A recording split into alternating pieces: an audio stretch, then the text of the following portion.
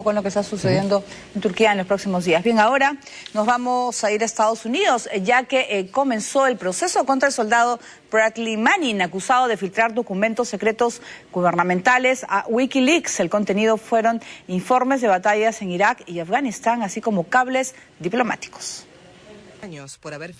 Inició el juicio al joven soldado de 25 años de edad, que está acusado de ayudar al enemigo por supuestamente haber filtrado archivos secretos del gobierno estadounidense a Wikileaks. Bradley Manning compareció sentado entre miembros de su equipo de defensa. Antes del inicio de esta jornada, ya había admitido que extrajo cientos de miles de documentos confidenciales durante la misión que cumplió en Irak y Afganistán, y se los hizo llegar a la conocida organización liderada por Julian Assange, quien cumplirá en unos días un año de estar bajo la protección diplomática ecuatoriana en Londres.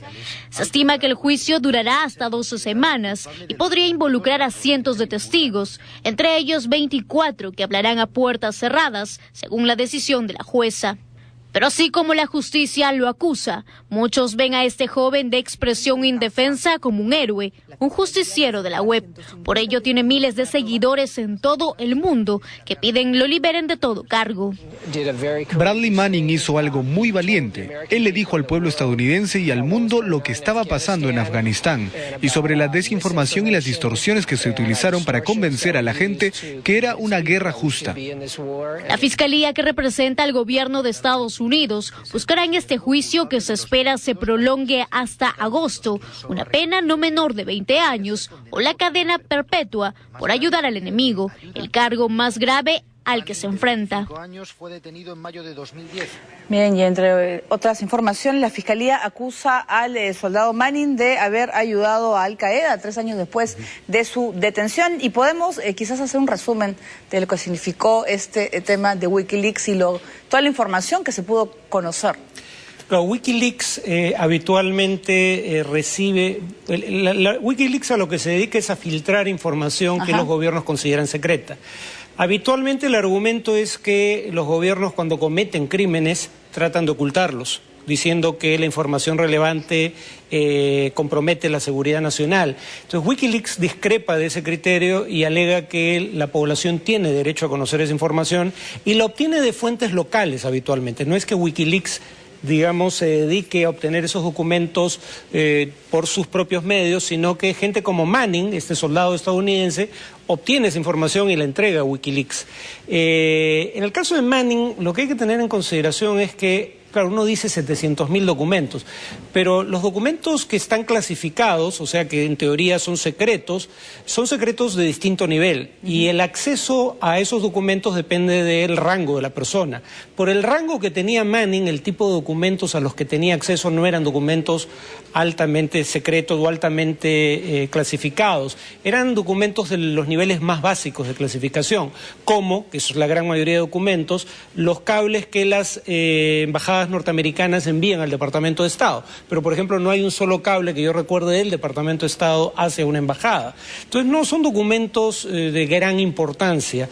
Pero la razón por la que se le acusa de haber ayudado al enemigo es que, según testimonio de la gente que dio muerte a Bin Laden, en el lugar donde se encontró a Bin Laden habían documentos de Wikileaks filtrados por Manning. Lo que todo el mundo presume es que Manning no le entregó documentos a Wikileaks, sino que simplemente Wikileaks los hizo, a Al Qaeda, sino a Wikileaks, y Wikileaks los hizo públicos universalmente y por esa vía lo obtuvo Al Qaeda. Pero por esa razón lo quieren acusar del cargo que implicaría prisión, cadena perpetua sin posibilidad de ningún tipo de beneficio penitenciario, que es el cargo de haber ayudado deliberadamente al enemigo. Traición a la patria, ¿no? Claro. Él admite que sustrajo los documentos y que los hizo llegar a Wikileaks, pero ese es el cargo que está disputando en lo esencial. En el tema de Julian Assange, en ese tema, porque Ecuador ya está esperando también que se pueda y logre solucionar, porque lleva tiempo ya en la embajada, en la sede ecuatoriana en Londres. Sí, la paradoja es la siguiente, ¿no? Manning es el que sustrae los documentos, los entrega a Wikileaks, Wikileaks los hace públicos, o los entrega primero a ciertos medios de comunicación, luego filtra otros documentos. La diferencia, sin embargo, es que por ahora al menos no hay ningún cargo penal contra Julian Assange, a diferencia de Manning, que sí tiene cargos sumamente graves que podrían llevar a que pase el resto de su vida en prisión. En el caso de Assange se especula sobre lo que le podría pasar si fuera, digamos, extraditado a Suecia, pero por ahora no hay ningún cargo en su contra.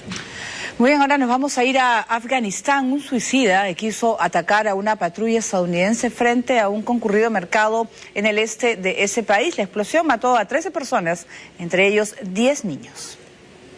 Si bien los atentados en Afganistán son cosa de todos los días y miles de civiles viven una situación que no escogieron, lo que ha generado indignación esta vez es que en Paktika 10 niños murieron en un ataque suicida donde ellos no eran el objetivo. El objetivo era un convoy de soldados estadounidenses y de miembros de la policía local, quienes patrullaban frente a un colegio. Lamentablemente, el momento en que se desplazaron coincidió con el de la salida de los niños, siendo aprovechado por el atacante, quien se inmoló inmediatamente. Tras la explosión, no solo murieron estos inocentes, sino también 2 oficiales de la OTAN y un policía. Por su parte, la ONU ha condenado enérgicamente el ataque, alegando que este tipo de violencia es repudiable, sobre todo cuando hay niños involucrados. Además, este tipo de acciones aumenta la preocupación, pues no se sabe cómo las fuerzas de seguridad afganas lidiarán con la creciente insurgencia, una vez que la mayoría de las tropas extranjeras dejen el país para finales del próximo año.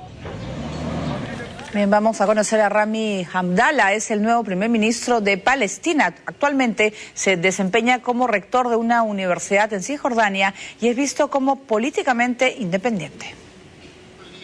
El rector de la Universidad Nacional de Palestina se ha convertido en el flamante primer ministro elegido por el presidente Mahmoud Abbas. Rami Hamdallah, de 55 años y licenciado en lingüística por la Universidad de Manchester, sustituirá de este modo al economista Salam Fayyad, quien renunció en abril y dejó el cargo en buenos términos. Oriundo de Cisjordania, Hamdallah es una pequeña figura conocida fuera de los territorios palestinos. Ha encabezado importantes comisiones al frente de instituciones educativas y algunos de sus alumnos se han mostrado satisfechos con su elección. Nos sentimos honrados de que el jefe de nuestra universidad se haya convertido en el primer ministro y espero que el nuevo gabinete sea responsable y ayude al pueblo palestino. Con su nombramiento, se espera que Hamdallah y su nuevo gabinete puedan formar un gobierno de unidad con Hamas y así forjar una base de compromisos asumidos por los líderes de los 2 enclaves palestinos, en un esfuerzo por sanar la ruptura, originada en parte por sus diferencias ideológicas sobre la política hacia el conflicto con Israel. Muy bien, vamos a hablar del primer ministro de Palestina.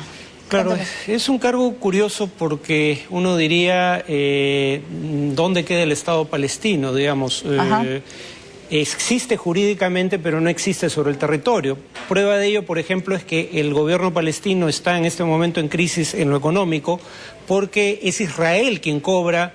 Como Israel controla las fronteras internacionales de los territorios ocupados, es Israel quien cobra los aranceles de las importaciones palestinas o los impuestos que deben pagar los exportadores palestinos. Y en represalia por haber llevado el tema del reconocimiento de Palestina como Estado a la ONU sin el consentimiento de Israel, Israel ha retenido la entrega de esos impuestos que cobra. Pero es una autoridad que no cobra sus propios impuestos en lo esencial, los cobra otro Estado por él, porque en realidad es una autoridad de la autoridad de un pueblo ocupado.